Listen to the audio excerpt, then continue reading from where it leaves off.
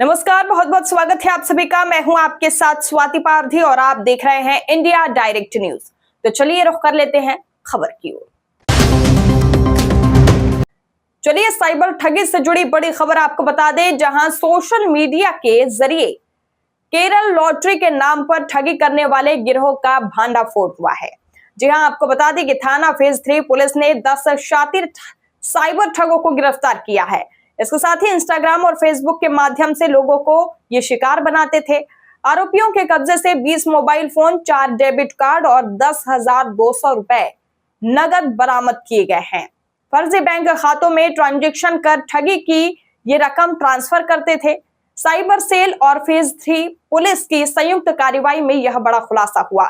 कर्नाटक और आंध्र प्रदेश से मिली शिकायतों के आधार पर जांच शुरू हुई और लाखों रुपए की साइबर ठगी का खुलासा हुआ है। कई फर्जी बैंक खातों की जानकारी मिली है। ठगी के बाद मोबाइल नंबर और सिम बदलकर पहचान छिपाते थे ये आरोपी। जी हां, सभी आरोपियों के खिलाफ मुकदमा दर्ज कर लिया गया है और पुलिस आगे की जांच कर रही है। देखिए खास रिपोर्ट। देखिए, पुलिस आयुक्त गौतम बुद्ध नगर महोदया के निर्देशन में गौतम बुद्ध नगर पुलिस द्वारा अपराध और अपराधियों के विरुद्ध लगातार अभियान चलाया जा रहा है। इसी के उपक्रम में आज साइबर सेल नोएडा और थाना फेज 3 की संयुक्त टीम के द्वारा एक गैंग बस्ट किया गया है, जिसमें कुल 10 व्यक्तियों को गिरफ्तार किया गया है।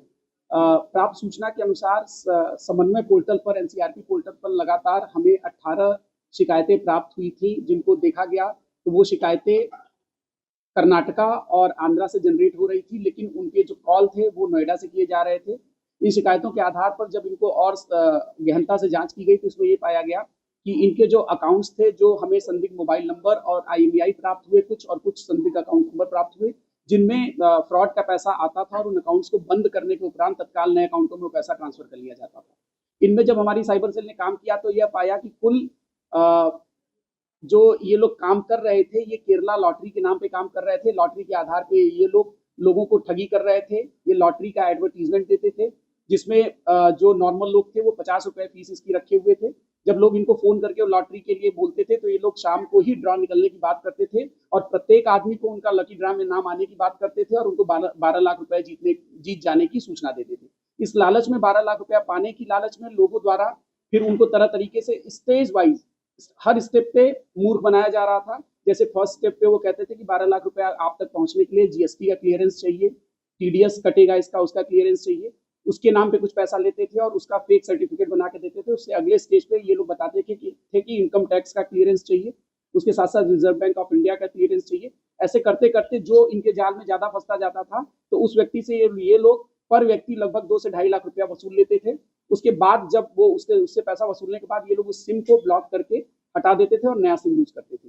इस पे जब गहनता से जांच की गई तो हम लोगों के द्वारा 17/18 की रात में लगभग 1:30 बजे flat number 302 near Sai property के पास हमें इनकी लोकेशन मिली, जिसपे इनको मौके पे ही थाना फेज 3 पुलिस और साइबर टीम के द्वारा गिरफ्तार किया गया और इनको हिरासत में लेके आगे की वैधानिक कार्रवाई की जाए। पिछले कितने टाइम से ये लोग 10 व्यक्ति गिरफ्तार है। इसमें से 8 व्यक्ति कर्नाटका के रहने वाले हैं और 2 व्यक्ति नालंदा बिहार के रहने वाले हैं। इनके द्वारा पूछताछ में ये बताया गया कि ये मैक्सिमम साउथ इंडियंस लोगों को टारगेट करते थे और लगभग 6 महीने से ये लोग यहाँ पे ऑपरेट कर रहे थे। साउथ इंडियंस को टारगेट करने का इनका मूल कारण ये था कि ये भी साउथ इंडियन लैंग्वेज बोल सकते थे, जिससे साउथ इंडियंस को शक नहीं होता था कि ये लोग नॉर्थ इंडिया में बैठे हुए हैं। और नॉर्थ इंडिया में बैठ के ऑपरेट करने का रीजन इन लोगों का ये था कि साउथ इंडियंस को टारगेट करेंगे और वहां पे कोई भी शिकायत होगी तो चूंकि ये लोग नॉर्थ इंडिया में बैठे हैं तो पुलिस की पहुंच से दूर रहेंगे।